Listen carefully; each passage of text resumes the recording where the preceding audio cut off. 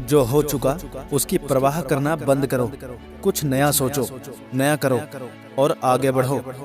जो हो चुका अगर उसी में उलझे रहोगे तो आपका आज भी खराब हो जाएगा।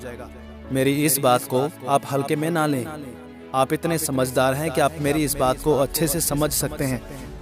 अगर आप वाकई में पीछे घटने वाली घटनाओं को दिन रात अपने दिल और दिमाग में दोहराते रहेंगे तो आगे कुछ नया करने का निर्णय नहीं ले पाएंगे। जानते हैं ऐसा क्यों होता है?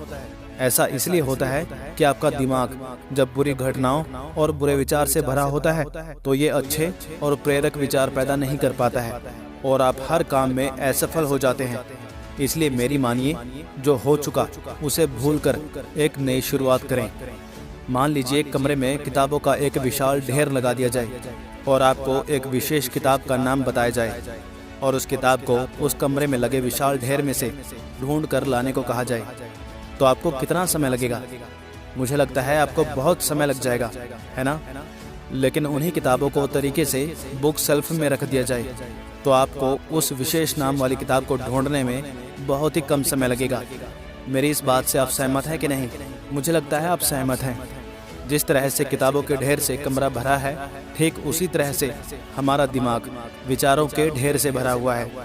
जब हम निराश और दुखी होते हैं तो सही विचार और सही फैसले को सामने लाने में हमारा दिमाग असफल हो जाता है और हमें उस निराशा और दुख से बाहर आने में बहुत समय लग जाता है। और इसी तरह समय की बर्बादी के कारण हम हमेशा पीछे ही रह जाते हैं। अगर आप अपने विचारों के ढेर को तरीके से बुक शेल्फ की तरह दिमाग में रखें तो किसी भी परेशानी में हमारा दिमाग सही विचार और सही फैसले सही समय पर हमारे सामने लाकर रख देगा। ऐसा करने का सिर्फ एक ही तरीका है, बस आप हर सुबह मेडिटेशन करना शुरू करो, क्योंकि मेडिटेशन में वो पावर है जो आपको अंदर से कुछ कर गुजरने की ताकत देता है। आपके दिमाग में चलने वाले उथल पुथल को शांत करता है और सही रास्ता दिखाता है और सही निर्णय लेने की क्षमता पैदा करता है।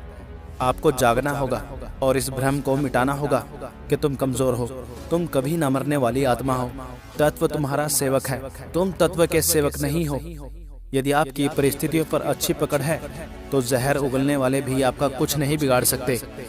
शिक्षा क्या है? क्या ये किताबों से मिलने वाली विद्या है? नहीं। क्या ये नाना प्रकार का ज्ञान है? नहीं, ये भी नहीं। जिस संयम के द्वारा इच्छा शक्ति का प्रवाह और विकास वश में लाया जाता है और वो फलदायक होता है, वो शिक्षा कहलाती है।